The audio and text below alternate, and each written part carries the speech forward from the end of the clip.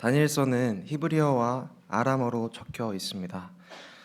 그러니까 2장 4절부터 7장 28절까지 아람어로 되어 있고 나머지는 히브리어로 적혀 있는데요. 우리가 다 동의하듯이 다니엘은 다니엘이 작성했습니다. 그래서 이런 이중 언어적 구조를 통해 알 수 있는 것은 다니엘은 머나먼 이국 땅에서 고위급 정치인으로 있으면서 하나님을 믿는 자로서 하나님의 자녀라는 정체성을 드러내고 있다는 것을 다니엘은 이 다니엘서를 통해 강조하는 것 같습니다. 그래서 다니엘은 바벨론 땅에서 벨드사살로 불렸지만 철저히 믿음의 삶을 살았는데요. 그 이야기는 1장부터 6장까지 다니엘이 바벨론에서 경험한 6편의 이야기에 보여줍니다. 이것은 세상 속에서 끝까지 믿음을 지키는 성도들의 모습을 또한 보여주는 것이죠. 그러니까 오늘날 우리 믿음의 사람은 바벨론 같은 세상의 위협과 유혹이 있어도 하나님만 믿고 하나님을 섬길 수 있는가, 다니엘이 다니엘서를 통해서 우리에게 물어보는 것 같습니다. 느부갓네살은 1장부터 등장합니다. 그리고 2장에서 느부갓네살의 꿈을 마술사들이 설명하지 못해서, 해석하지 못해서 하나님이 다니엘을 통해 그 꿈을 알려줍니다. 이때 느부갓네살은 하나님의 위대하심을 고백하고 다니엘을 높이죠. 그런데 느부갓네살은 3장에서 금신상을 세웁니다. 그래서 자기에게 절하지 않는 자들은 모두 죽이겠다고 합니다. 결국 그는 하나님을 알았지만 하나님보다 자신이 더 중요했고 하나님을 높이고 하나님을 신뢰하는 삶을 살지 않았던 것이죠. 그래서 다니엘서 4장 32절과 33절을 보면 제가 읽겠습니다. 너가 사람에게서 쫓겨나서 들짐승과 함께 살면서 소처럼 풀을 먹을 것이요 이와 같이 7대를 지내서 지극히 높으신 이가 사람의 나라를 다스리시며 자기의 뜻대로 그것을 누구에게든지 주시는 줄 알기까지 이르리라 하더라. 바로 그때 이 일이 나 느부갓네살에게 응함으로 내가 사람에게 쫓겨나서 소처럼 풀을 먹으며 몸이 하늘 이슬에 젖고 머리털이 독수리 털과 같이 자랐고 손톱은 새 발톱과 같이 되었더라. 이제 이 모습이 사람의 모습이라고 할 수는 없겠죠. 그러니까 하나님은 이 느부갓네살을 그를 인간에서 짐승으로 바꾸십니다. 그러니까 다니엘은 하나님의 형상으로서 믿음을 굳건히 지켰지만 이와 반대로 느부갓네살은 끝까지 자기를 드러내고 높이는 짐승의 형상이라는 것이죠. 왜 짐승의 형상으로 묘사되냐면 다니엘서 7장의 이유가 있습니다. 다니엘서 7장에는 하나님이 다니엘에게 환상을 보여주시는데 내 짐승과 작은 뿔에 관한 환상을 보여주십니다. 이 환상을 자세하게 설명할 수 없지만 간략하게 말씀드리면 예수님이 이 땅에 오시기 전 하나님 나라가 도래하기 전에 하나님 나라 백성들을 괴롭히는 여러 인간들, 네 나라, 인간 나라를 보여주는데요. 바벨론과 메도 페르시아, 그리스, 로마입니다. 바벨론은 사자, 메도 페르시아는 곰으로, 그리스는 표범으로, 로마는 무섭고 잔인한 짐승으로 표현하고 있습니다. 이런 하나님의 주권에 도전하는 나라들은 7장에서 짐승으로 표현되고 있는데 그 중에서 바벨론 왕 느부갓네살 왕이 이 짐승의 형상으로, 하나님 형상이 아닌 짐승의 형상으로서 하나님을 대적하는 인간 나라 왕으로 묘사되고 있는 것이죠. 느부갓네살은 다니엘 1장부터 등장합니다. 다니엘서 1장 2절을 같이 읽어보겠습니다. 주께서 유다 왕 여호야김과 하나님의 전 그릇 월말을 그의 손에 넘기시매 그가 그것을 가지고 신할 땅 자기 신들의 신전에 가져다가 그 신들의 보물 창고에 두었더라. 지금 이스라엘 시대적 배경은 포로 시대인데요. 레위기 26장에 보면 하나님 말씀에 순종하지 않으면 포로로 잡혀가게 된다라는 내용이 있습니다. 세 번역으로 제가 읽어보면 내가 너희에게 전쟁을 보내어서 너희가 언약을 어긴 것으로 보복하겠다. 너희가 여러 성읍으로 피하면 너희에게 재앙을 뒤따라 보내서라도 너희를 이 원수의 손에 넘겨주겠다라고 얘기하고 있죠. 그러니까 이 이스라엘의 상황은, 다니엘서에 나오는 이스라엘 상황은 하나님의 말씀에 순종하지 않음으로 율법의 저주가 내린 것입니다. 이처럼 북이스라엘은 주전 722년에 아수르에 멸망하고 남유다는 주전 586년에 바벨론에 의해 멸망합니다. 그래서 느부갓네살이 하나님의 전그릇을 가지고 신할 땅, 노란색으로 되어 있는 신할 땅 자기들의 신전에 가져다가 발벨 신의 보물 창고에 둡니다. 그런데 여기서 신할 땅이 굉장히 이제 중요한데요. 이 신할 땅은 창세기 10장 10절에도 나옵니다. 제가 읽겠습니다. 그의 나라는 신할 땅의 바벨과 에렉과 악갓과 갈레에서 시작되었으며, 그러니까 이 신할 땅에 바벨론 국가를 건설한 것이죠. 이 바벨탑과 바벨론이 어원이 같은데요. 결론적으로 말하면 느부갓네살의 교만함은 이 바벨탑의 배경을 두고 있다는 말입니다. 느부갓네살은 바벨탑의 정신과 세계관으로, 신앙으로 하나님의 이름을 드러내기보다 자신의 이름을 드러내고 싶어 했습니다. 그래서 내 인생의 주인이 곧 나임을, 나라는 것에 집착했던 것이죠. 그래서 금심상을 만든 것입니다. 이 머리가 금이 곧 바벨론을 뜻하는데요. 2장에 보면 2장에 보면 이 머리가 곧 금이지 않습니까? 근데 이 머리 금을 전 금으로 바꿨던 것은 자신의 나라와 통치가 영원하기를, 자신을 집중했던 것이죠. 성도 여러분, 우리가 살아가는 목적은 무엇입니까? 하나님의 형상으로서 하나님의 대리 통치자로 살아가는 것입니다. 대리 통치자로서 하나님의 일을 하는 존귀한 존재인 것이죠. 하나님이 철저히 내 삶의 왕이심을 인정하면서 하나님의 일을 하고 하나님 영광만 드러내는 삶이 우리가 살아가는 이유가 아니겠습니까? 그런데 우리는 하나님의 일을 하는 것 같지만 하나님처럼 되고 싶어하는 교만함이 불쑥불쑥 우리에게 있지 않은지 돌아보면 좋겠습니다. 그래서 각자 마음의 느부갓네살처럼 내가 유명해지고 싶고, 내가 잘 나가고 싶고, 내가 안정적인 삶을 살고 싶다는 마음이 강력하게 있는 건 아닌지 오늘 돌아보길 소망합니다.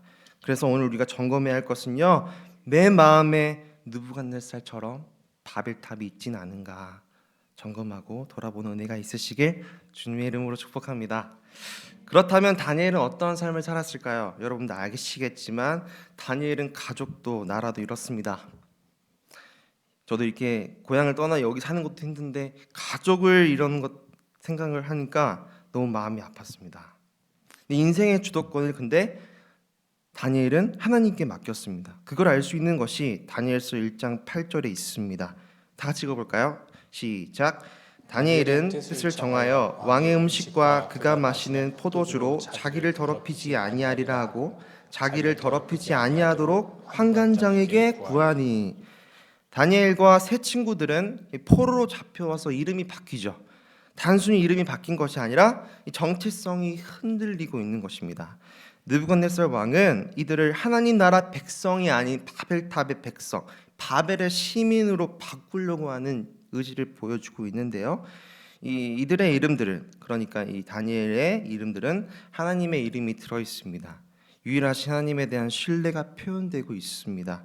특히 다니엘은 하나님은 나의 심판자라는 뜻입니다. 느부갓네살 왕은 다니엘의 이 이름을 무엇으로 바꾸죠? 벨드사살로 바꿉니다. 이 벨드사살의 뜻은 그의 생명을 보호하라는 뜻입니다. 그런데 다니엘과 세 친구들은 바벨론의 이름을 받아들이죠. 우리도 세상에서 살다 보면 우리의 정체성이 흔들릴 때가 있습니다. 육아할 때 하나님의 뜻대로 키우고 싶은데 불쑥불쑥 올라오는 분노와 교만함이 올라올 때가 있고요. 혹은 인스타나 주변 사람들을 보면서 이 정도는 해줘야 우리 자녀가, 남편이 성공한다는 세속적 가치관이 오히려 우리의 가정을 흔들 수 있다는 것이죠. 사랑하는 성도 여러분, 인생의 성공은 무엇일까요? 바벨탑도 아니고요, 교만함도 아니고요, 순종일 줄 믿습니다. 억지로 순종하는 것이 아니라 기쁨으로 순종하는 것이 다니엘의 정체성입니다. 하나님은 이 순종의 삶을 여러분의 가정에서, 믿지 않는 남편과의 대화에서, 하루하루 버티는 그 직장에서, 드러내길 원하십니다. 그래서 바벨탑도 무너뜨린 하나님이 바벨의 이름으로 살아가는 것을 허락하신 이유는 우리가 다니엘의 정체성으로 세상 속에서 살아가는 것이죠. 그런데요, 다니엘의 이 유명한 일화인 이 포도주를 먹지 않는 사건은요, 다니엘과 세 친구들이 바벨론의 이름을 받아들이면서 왕의 음식과 포도주를 먹지 않는 이 사건은요, 그때 당시에 그들의 나이는 중3 아니면 고1이었습니다. 그렇게 젊은 어린 나이에 왜 그런 선택을 할 수 있었을까요? 1장 8절에 보면 더럽히다라는 원어가 있습니다. 이 성경에서 더럽히다 원어는 종교적 맥락에서 사용되는데, 예를 들어서 에스라 2장 62절에 보면 같이 읽어볼까요? 이 사람들은 계보 중에서 자기 이름을 찾아도 얻지 못함으로 그들을 부정하게 여겨 제사장의 직분을 행하지 못하게 하고. 대사장 직분을 수행하지 못하게 되는 요인인 부정하게 된다는 이 원어가 다니엘에서 다니엘과 세 친구들이 더럽히지 않겠다라는 이 더럽히다와 같은 단어입니다. 그러니까 다니엘이 몸이 건강해지기 위해서 왕의 음식과 포도주를 먹지 않은 게 아니라 하나님과의 나의 관계가 더럽혀지지 않기 위해서, 그러니까 정결해지기 위해서 왕의 음식과 포도주를 먹지 않은 것이죠. 여러분에게서 하나님과 멀어지고 하나님과의 관계가 더럽혀지게 되는 것은 무엇입니까? 오늘 기도할 때에 하나님이 알려주신다면 다윗처럼 회개의 은혜가 있으시길 주님의 이름으로 축복합니다.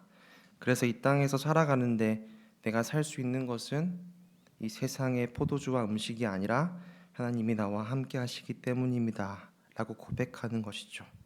하나님의 은혜가 있기 때문에 내가 살 수 있습니다 라고 기도하는 것이죠. 그것이 이 험한 세상 속에서 다니엘로서 살아가는 것입니다. 다니엘로서 부름받아 사는 것입니다.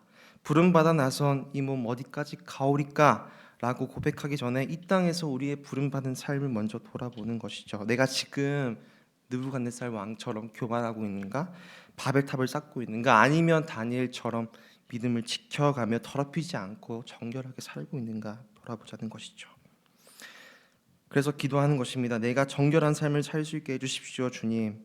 내 마음에 세상의 음식과 포도주가 가득하다면 예수님의 십자가의 보혈로 깨끗하게 해달라고 기도합시다. 하나님, 내 인생의 주도권을 여전히 나에게 두었습니다. 그래서 내가 쉬고 싶고 내가 누리고 싶고 내가 다스리고 싶은 이 영적 교만함이 나에게 있었습니다. 오직 하나님을 신뢰하는 다니엘로서 다시 살아나게 하옵소서. 이 고백이 우리에게 있기를 소망합니다. 제가 알기로는요, 다니엘서를 아주 깊게 연구하신 분은 김대웅 교수님이십니다. 이 김대웅 교수님의 해석에 따르면 다니엘이 왕의 음식을 먹지 않은 것은 여러 해석이 있지만 가장 그분이 말하는 주요 원인은 안전과 성공의 근원을 오직 하나님께만 두겠다는 다니엘과 세 친구들의 다짐을 보여준다고 말합니다. 바꿔 말하면 나의 안전과 성공을 이 음식과 포도주에 두지 않겠다라는 것이죠. 세상 방식에 나의 성공의 근원을 두지 않겠다는 것이죠. 나의 모든 걸 하나님께 맡기겠다는 포부인 것이죠.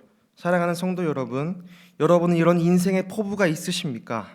나의 안전과 성공은 오직 하나님께 있다는 결단이 우리에게 있다는 말이 있는지 돌아봐야 합니다. 하나님의 절대 주권에 내 삶을 맡기고 있는가? 아니면 돈과 물질, 관계에 달라붙어서 바벨론이 제공하는 음식과 포도주에 의지해서 살 것인가? 우리의 자유의지로 선택해야 합니다. 하나님을 추구하라는 저자 A.W. 토저 목사님은 하나님의 사람 이 다니엘을 얘기하면서 뭐라 얘기하셨냐면 거룩한 의향이 있어야 된다고 말합니다. 다니엘은 완전한 삶을 산 것이 아닙니다. 거룩하게 하시는 하나님을 신뢰하는 삶을 살았습니다. 그런데 다니엘보다 훨씬 더 완벽하신 예수님은 이 삶을 완벽하게 완전하게 보여주셨습니다. A.W. 토저 목사님의 표현을 그대로 더 말씀드리겠습니다. 예수님, 그는 자신을 낮추어 비천한 인간이 되셨고 하늘에 계신 아버지께 기꺼이 모든 영광을 돌리셨습니다. 자신의 존귀를 구하지 않고 자신을 보내신 하나님의 존귀를 구하셨습니다. 나아가 이렇게 말합니다. 사람에게 높임을 받으려는 이 탐욕스러운 욕망 때문에 바리새인이 되는 것이고 예수를 죽이겠다는 결심을 하게 되는 것 아닙니까? 하나님 자리에 모시지 못할 때 삶의 경로 전체가 뒤집힙니다. 오늘 우리에게 하나님은 이렇게 말씀하시는 것 같습니다.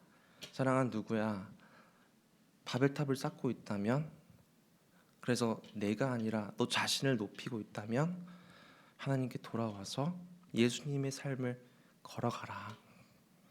그래서 하나님의 높이고 내 삶의 모든 주권을 하나님께 온전히 맡기자는 것이죠. 그 은혜가 여러분에게 있으시길 주님의 이름으로 축복합니다. 제가 너무 빨리 읽어서 벌써 설교문이 끝났는데요. 네, 너무 오랜만에 하다 보니까 제가 그럼 제가 이제 저번 주에 아버지랑 통화하면서